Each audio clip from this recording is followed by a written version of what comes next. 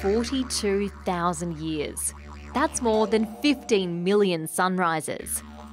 It's an amount of time pretty much impossible to imagine, and that's how long ago Mungo Man lived. Mungo Man is the nickname given to the oldest skeleton ever found in Australia, and his discovery rewrote our history. Mungo Man was found here, in the Willandra Lakes region at Lake Mungo. It doesn't look much like a lake these days, but back then it would have been really wet here. Geologist Jim Bowler found Mungo Man's skeleton on a research trip in 1974. The discovery was a big deal because it proved that Aboriginal people had been here about twice as long as previously thought. Mungo Man did show Australia that Aboriginal people been here for a very, very long time. Scientists were able to tell a lot about what Mungo Man's life would have been like back then by studying his skeleton and the burial site. Mungo Man was about 50 when he died, which is pretty old for an early human.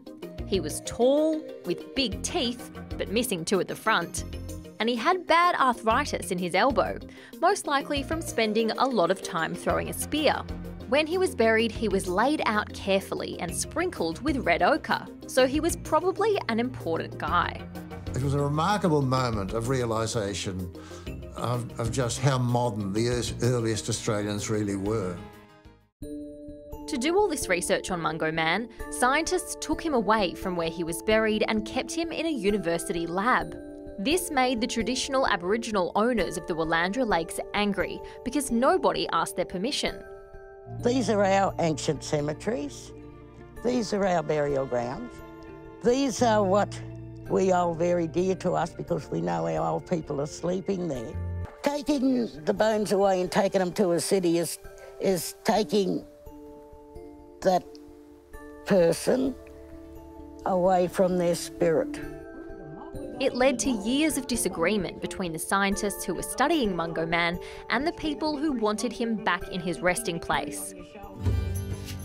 In November last year, Mungo Man's skeleton was given back to the traditional owners of his land. Jim says over time, he's learned why that was such an important thing to do. I realised that when we took those bones away, there was a lot of hurt amongst Aboriginal people. We owe an apology for science of what science has done to the Aboriginal people in the past. And the apology was accepted. Thank you, Jim.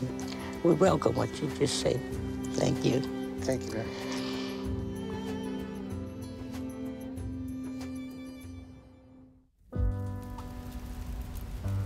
But that's not quite the end of the story. The traditional owners of the Willandra region are now deciding whether Mungo Man should be reburied and left to rest forever, or whether scientists should be allowed to study him again when technology improves. Until they decide, Mungo Man is being kept in a secret place on the country he once called home.